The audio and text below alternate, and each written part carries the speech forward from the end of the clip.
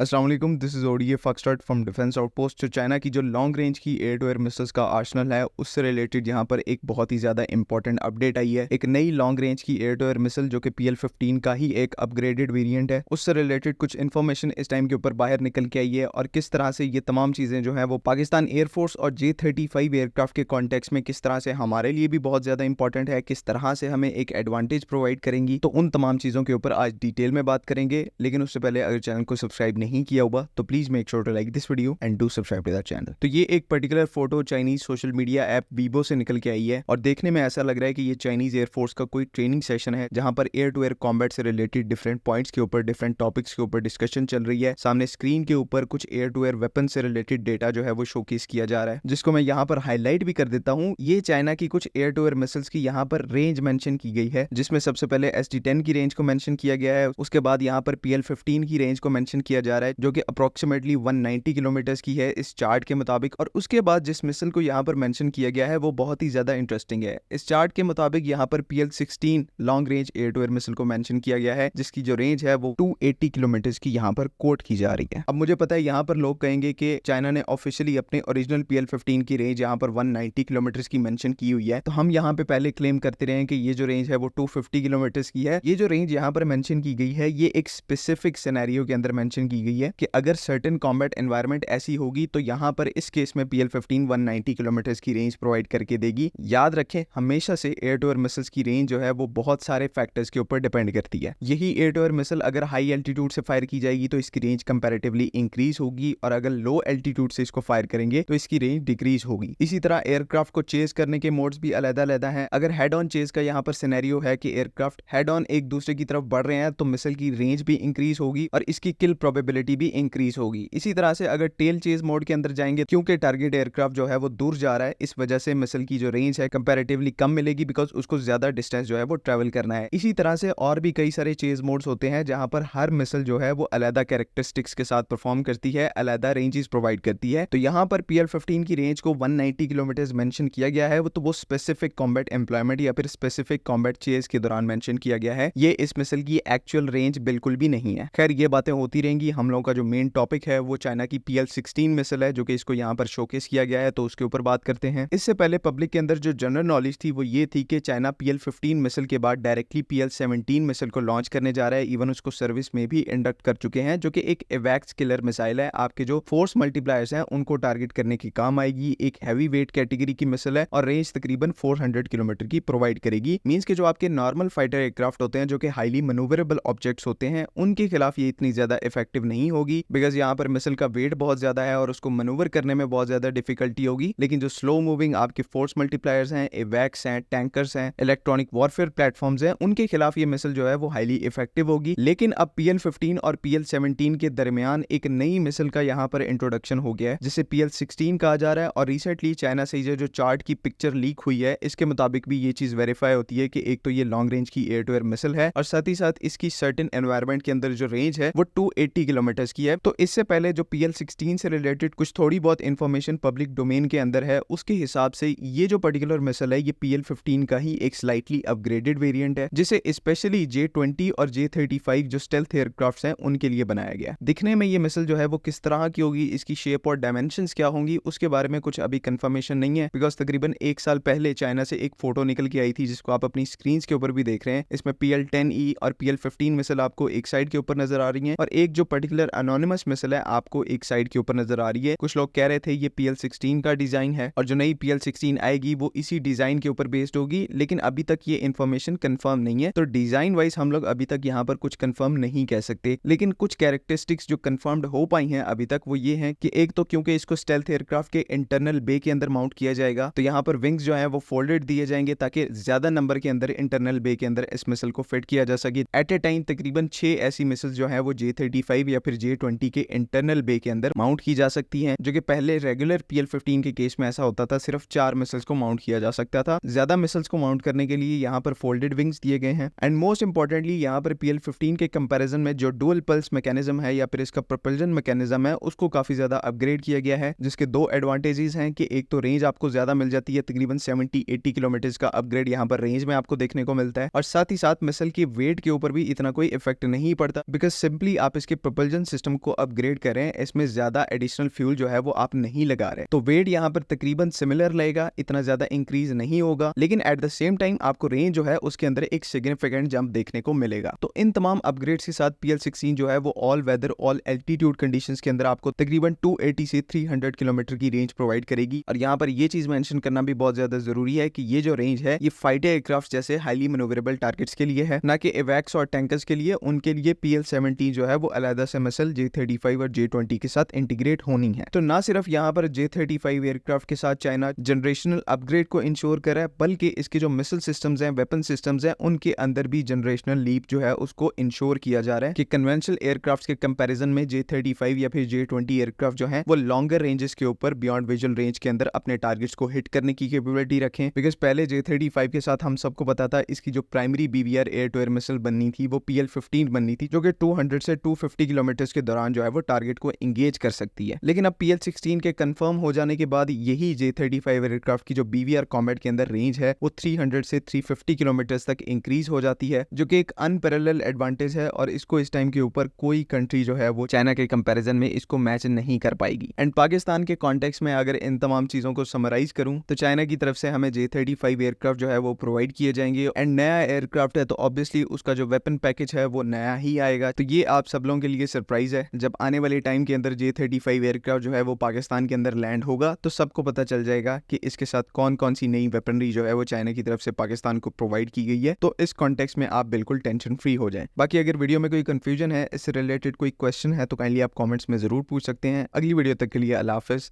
पाकिस्तान जिंदाबाद।